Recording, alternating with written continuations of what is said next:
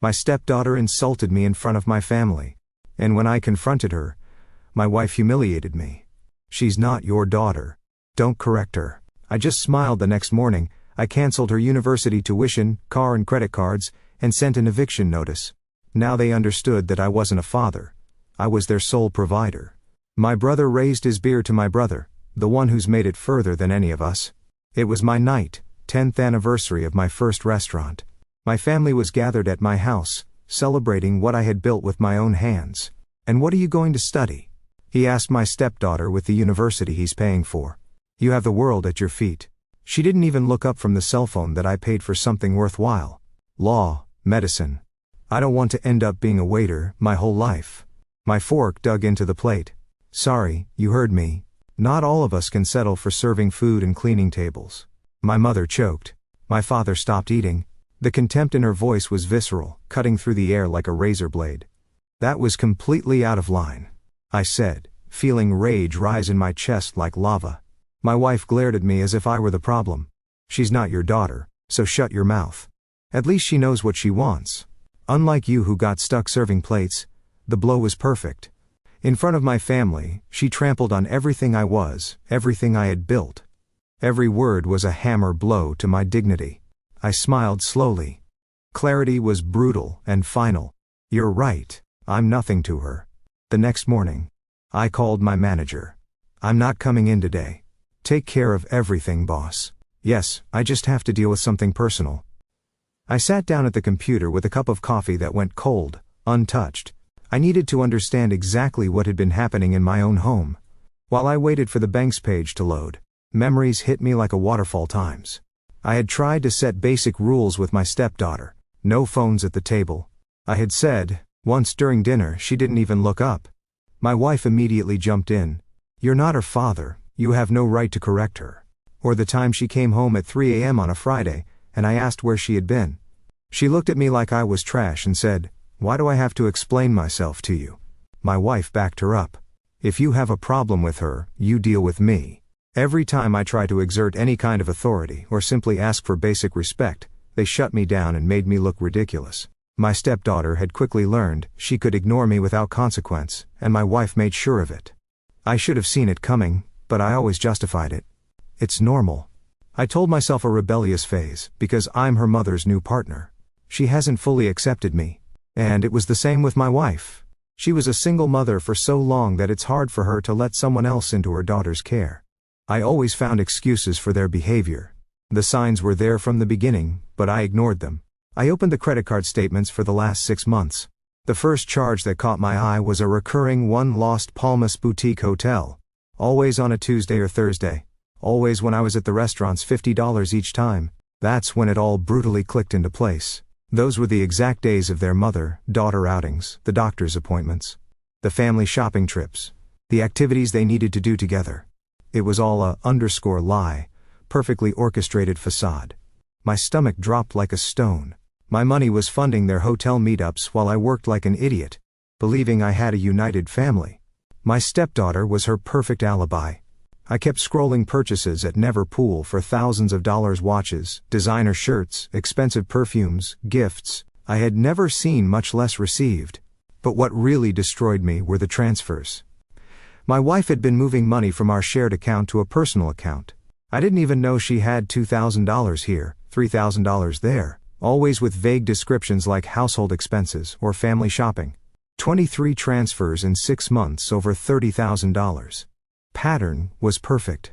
Hotel on Tuesdays, transfers on Wednesdays, shopping on Thursdays, like clockwork. I closed the laptop and leaned back in my chair. The infidelity was obvious, but who was it? My mind raced through the possibilities. Someone from work, an acquaintance, a complete stranger. The uncertainty ate me up inside. One thing was clear. I needed solid evidence, not just suspicions. That afternoon I went to an electronics store. "I need a high-definition security camera. Best you have for indoor or outdoor. I want to improve the neighborhood security." $100 later, I had a camera that could record in 4K with audio. I installed it discreetly, pointing at my front door, hoping it would give me the answers I so desperately needed. I didn't have to wait long. On the third day, while reviewing the footage on my phone from the restaurant, I saw him. It was our next-door neighbor. Let's call him Dominic. Casually walking up to my house 10 minutes after I had left. He had a key, the same Dominic who always greeted me with that overly friendly smile when I left for work. He was supposedly happily married to an elementary school teacher. 2 hours later, he walked out adjusting his shirt. It all fit together, like a punch to the gut. The strange familiarity I had ignored for months, the casual conversations in the garden, the overly cordial greetings. There was more. Kept reviewing footage from previous days, and there was the complete pattern. When Dominic's wife, call her Eris, left early for work, he would wait for me to leave before coming to my house. On the days Eris stayed home, my wife and stepdaughter would go shopping.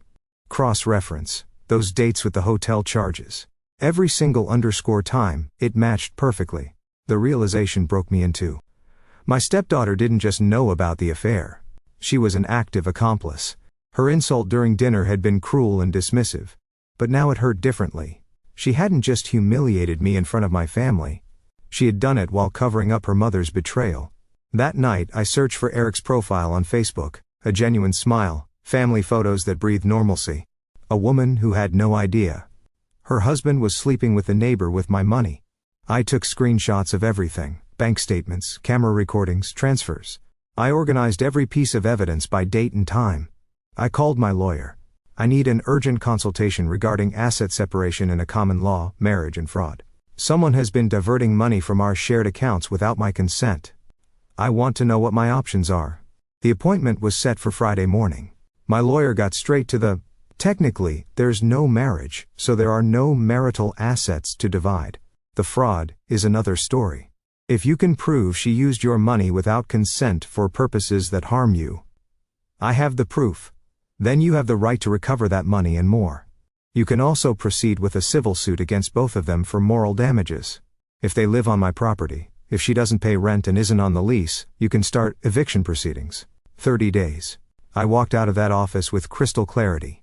It wasn't just about the money or the infidelity, it was about the respect, the deliberate humiliation about that _ phrase. I'm nothing to her. She was right. I was nothing to them. I was the owner of everything they had that night at dinner. As if nothing had happened. My wife told me about her day.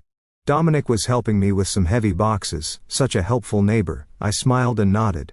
He's very helpful. While she talked about plans for the weekend, I discreetly pulled out my phone under the table. I opened the banking app, navigated to the credit card section, and with 3 cold, precise taps, I canceled every supplementary card in her name, and my stepdaughter's. I looked up and smiled at her, nodding along to whatever she was saying. The game had begun on Wednesday night. My phone rang. It was my wife, but not the calm voice. I knew. This time she was furious. What the _ happened with the cards I tried to pay for dinner, and my card was declined. You have no idea the embarrassment you put us through. The bank is investigating some unrecognized charges. I replied with the coldest calm I could muster. I canceled the cards 2 days ago. Sorry, I didn't tell you, but it all happened very fast. Unrecognized charges. What kind of charges are you accusing? Me? No, honey. They're purchases and transactions that don't match our usual spending? That's why I canceled the cards. Maybe your daughter lent the cards to her friends, and that's where the charges came from. We have to wait for the bank to finish verifying the data. There was a long pause. How long is this going to take? It could be weeks. It's an exhaustive process. I heard her take a deep breath, fighting for control. And in the meantime, you have to give us money. We're your responsibility. You are our provider. I'll give you something for the supermarket tomorrow. For the supermarket. Seriously, we need more than that. Honey, it's what I can do while this all gets sorted out. As soon as the bank finishes its investigation, we'll go back to normal. I just need us to be patient. She hung up without saying goodbye. The following days were a symphony of complaints. My stepdaughter grew increasingly frustrated because she couldn't maintain her lifestyle. No shopping trips to the mall. No expensive outings with her friends. No extra dance classes that I paid for. Friday afternoon, the decisive moment arrived. I walked into the house with a smile I couldn't hide. Why are you so happy? My wife asked suspiciously. I made a difficult but necessary decision. I sold your daughter's car. The silence that followed was definitely what my stepdaughter appeared out of nowhere, her eyes wide. You sold my car. If we're having financial problems, we have to make sacrifices. The car is a luxury. We can't afford right now. How could you do this to me? Her voice broke between fury and tears. That car was mine. It was a car I was paying for. If I can't keep up with the payments, I have to sell it. Then came the speech I had been waiting for since that night at dinner. This is ridiculous. I can't live like this. Wait. Are you saying we won't have money for a while? But for how much longer? University registration is coming up. I'm not going to a public one. My education has to be the best if I want to get further than you. There it was, pure undisguised contempt. I don't know why my mother is still with you. If you can't even pay for my education, you're a failure. I'm doing the best I can in a difficult situation, I replied with a calmness that surprised me. The following Monday, real panic set in my step. Daughter ran into the house, phone in hand, her eyes watery. The university tuition payment was declined. They said if we don't pay in 72 hours, I'll be dropped from all my classes. My wife looked at me with absolute panic. You have to fix this now, I said, shrugging with the most sympathetic expression I could feign with the bank investigation. I've had to freeze all large payments. It's security protocol. It's over $15,000 per semester. My stepdaughter was trembling. You can't leave me like this. I'm very sorry, but it's out of my hands. You'll have to wait for the investigation to be resolved. I'll fall a whole semester behind. Maybe you can get a job in the meantime to help with expenses, or consider a more affordable university temporarily. Her face turned red with indignation that night. I heard her crying in her room while she told her mother everything didn't take 5 minutes for her to come for me. No, you don't. My wife's voice echoed through the house. You have to pay for your daughter's university. There it was. Again. Your daughter, when she needed money. She's not your daughter when she wanted to humiliate me. Honey, I'd do anything for her if it were in my hands, but don't give me excuses. She is your responsibility. You can't ruin her future because of your financial problems. They're not my problems. It's a bank investigation. I don't give a underscore about the investigation. Get the money from wherever you have to. I looked at her with the most pained expression I could manage. I'm doing everything I can. As soon as this is resolved, it will be my priority. But inside, I was smiling. While I maintained my facade as a husband overwhelmed by financial problems, I had escalated my surveillance. I installed cameras inside my own house, in addition to the one outside. If Dominic and my wife were going to use my home for their encounters, I was going to document every second. On Wednesday afternoon, while reviewing the footage from the restaurant, I heard the conversation that changed everything. Dominic was in my living room talking on the phone. His voice came through clearly from the hidden camera. Harris, honey, we need to talk seriously. No, it's not about the money. It's about us. A long pause. I know you just found out about the pregnancy, but I have to be honest with you. I'm not sure I'm ready for this. My job situation isn't stable, and with a baby, my heart stopped. Harris was pregnant, and Dominic was looking for excuses to leave her. My wife's voice interrupted from the kitchen. Was that her? Yes, she's pregnant. And what are you going to do? I already told you, I want to be with you. But you need to make up your mind once and for all. I can't keep waiting while you play the perfect wife with him. It's not that easy, Dominic. He's in a better financial position than you, if I leave with you. So, this is about money. No, but I have to be realistic. That's why I've been saving money on the side. Just in case I decide. There it was. The confirmation of what I had suspected. My wife was using me as a financial plan B, while she decided whether to leave me. Dominic was pressuring my wife to leave me while his pregnant wife waited at home, unaware that her husband planned to abandon her. That night I couldn't sleep. For the first time since this nightmare began, I faced a genuine moral dilemma. Should I tell her the truth? I would have wanted to know. She had the right to know that her husband was not only cheating on her, but also planning to abandon her while she was pregnant. But was it fair to destroy her world at such a vulnerable moment? Then again, Dominic was going to destroy her world anyway. The only difference was whether she found out now or later, when she was further along in her pregnancy. Did I have the right to decide what was best for her? Or did I have a moral obligation to tell her before Dominic left her? The answer came when I remembered my own experience. I would have wanted to know from day one. Arius deserved the same opportunity to make informed decisions about her future and her babies. On Thursday morning I received the call I had been waiting for. We have everything we need. My lawyer told me the evidence is solid. We can proceed with the civil suit and execute the eviction order whenever you give the word. Are you sure it's enough? More than enough? The unauthorized transfers, the recordings, the bank statements? It's a solid case. I hung up and felt a strange calm. It was time to design the perfect ending to this nightmare. That night, I sat down at the computer. It was time to act. The eviction would be carried out on Friday morning. But first I needed to talk to Arias on Thursday afternoon. When I knew my wife and Dominic would be at the hotel, I walked over to the house next door. My heart was pounding as I knocked. Arias opened the door. She looked tired and pale. "Excuse me, ma'am. I'm your next-door neighbor. I need to talk to you about something very delicate involving your husband." Her face changed immediately. "What's wrong with Dominic? Could we talk inside? I have some evidence I think you should see." Once we were seated in her living room, I opened my laptop. "Ma'am, I'm very sorry to have to show you this. Your husband has been using my house for encounters with my wife. I have recordings." I showed her some of the clearest footage. Dominic entering and leaving my house, the dates, the times. Her face went pale. "This can't be true. I know it's hard to believe, which is why I'm proposing something tomorrow. You and I will pretend to leave for work as usual, but we'll come back in half an hour. They will be here in my house.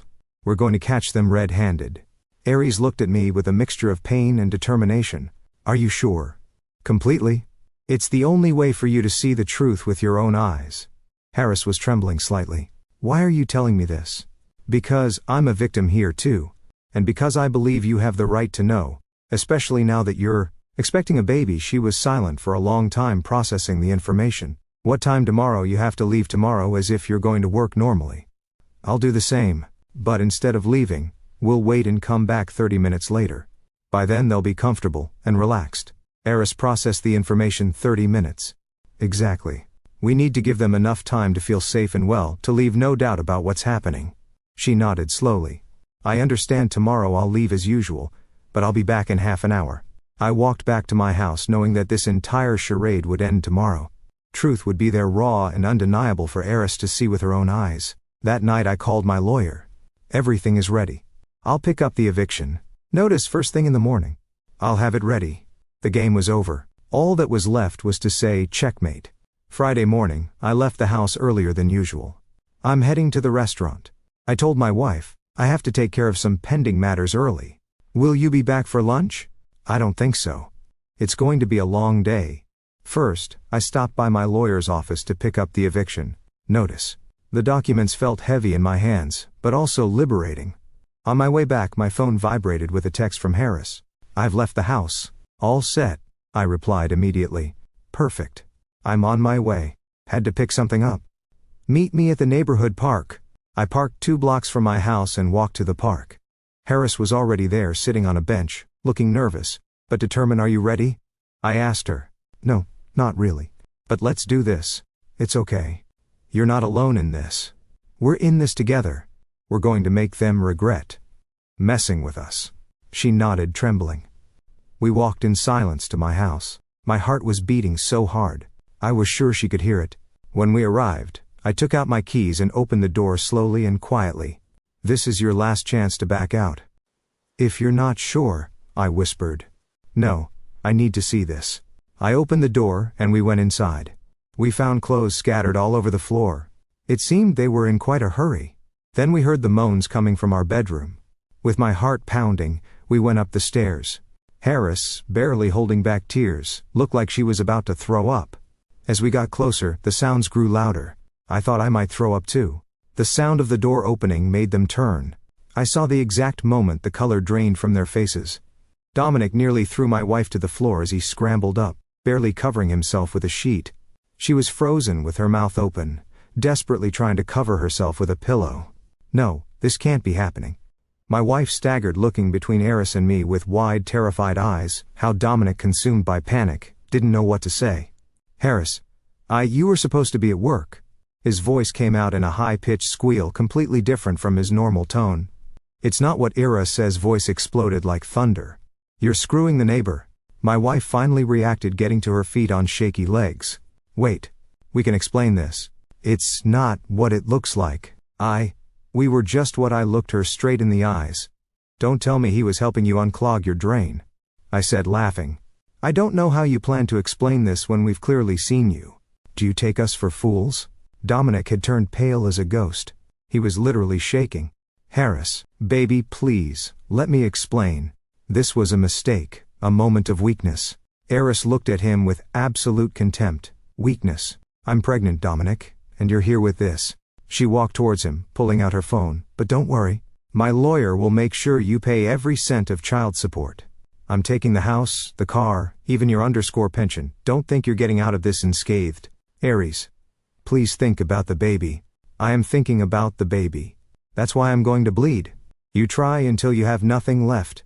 She turned towards the door. Enjoy your new life of being broke. Wait. Dominic tried to follow her. Get away from me. Eris spun around. The next time you want to talk to me, it will be through my lawyer. She left the room. I heard her footsteps going down the stairs, then the slam of the front door. Dominic ran out after her, still desperately looking for his clothes. And just like that, I was left alone with my wife in the room we once shared. The silence was so thick, I could feel it crushing my chest. My wife broke the silence first. Please. Can we talk about this? I pulled the eviction papers from my pocket and placed them on the bed, right where she had been with Dominic minutes before eviction. Notice you have 48 hours. Her hands trembled as she took the papers. This can't be real. It's very real. Signed by a judge. You can't do this. This is my house too. No, this is my house. You are an occupant without a rental agreement. I looked her straight in the eye, and a thief. Her voice broke. $30,000, unauthorized transfers from our shared accounts. I have it all documented. She collapsed onto the bed. I was going to pay it back. When after you ran off with him, I pointed to where Dominic had been. But he doesn't want you anymore. He used you. Just like you used me. I took out my phone. Want to hear the recordings? I have everything documented. What recordings? Her eyes widened in horror. You didn't know. We have cameras in the house, bank statements, everything. I put my phone away. The bank problems, the investigation. It was all a lie. I've known for weeks, but you kept acting normal. You talked to me, you ate with me. Her voice trailed off. I needed time to prepare everything legally, to make sure you couldn't keep a single thing that's mine. At that moment, we heard footsteps in the hallway. My stepdaughter appeared at the door, visibly bewildered by the situation. Mom, what's going on here? She saw her mother half naked on the bed. Your mother has been having an affair with the neighbor for 6 months, I told her bluntly. My stepdaughter looked at me, then at her mother. That's a lie. My wife didn't know what to do or say.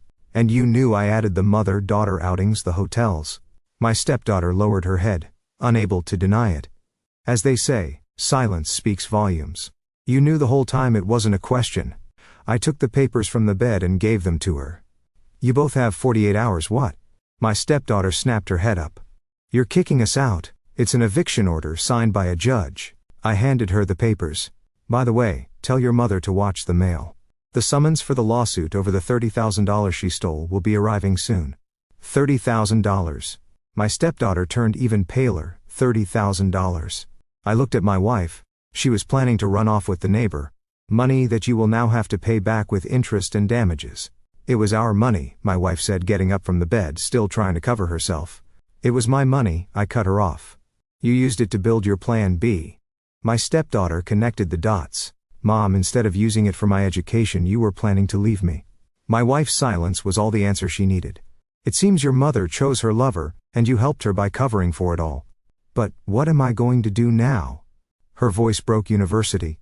That's not my problem. Like you said, I'm not your father. I headed for the door. You have 48 hours. Not a minute more. My wife came up to me. Wait, I was wrong. I made a mistake. Please. You can't do this to us. We can try again. No. This is over. I deserve more than a woman like you. I turned to leave. I love you. She shouted desperately.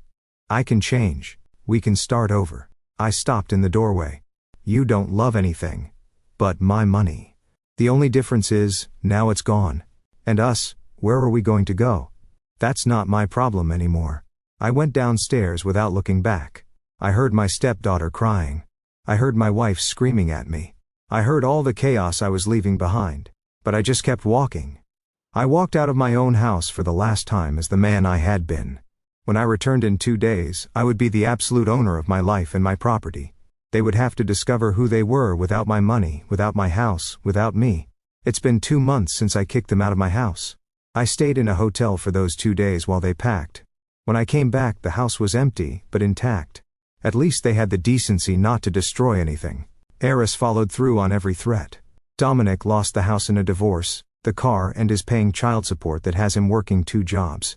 My ex and her daughter had to move into an apartment on the other side of the city. The civil lawsuit forced her to return the $30,000.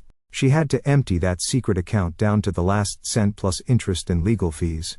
In total, she lost almost $40,000. The irony wasn't lost on me. Her relationship with her daughter became toxic. I sold the house 3 weeks ago. I didn't want anything that reminded me of that lie. I bought a larger apartment in a better area. Kind of place I used to think I didn't need. Now that I'm not supporting 2 people who despised me can afford certain luxuries.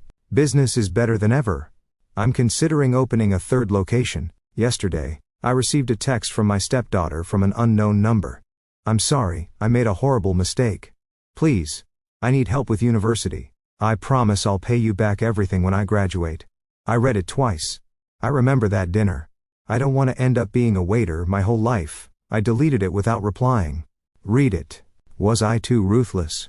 Or did I simply respect myself for the first time?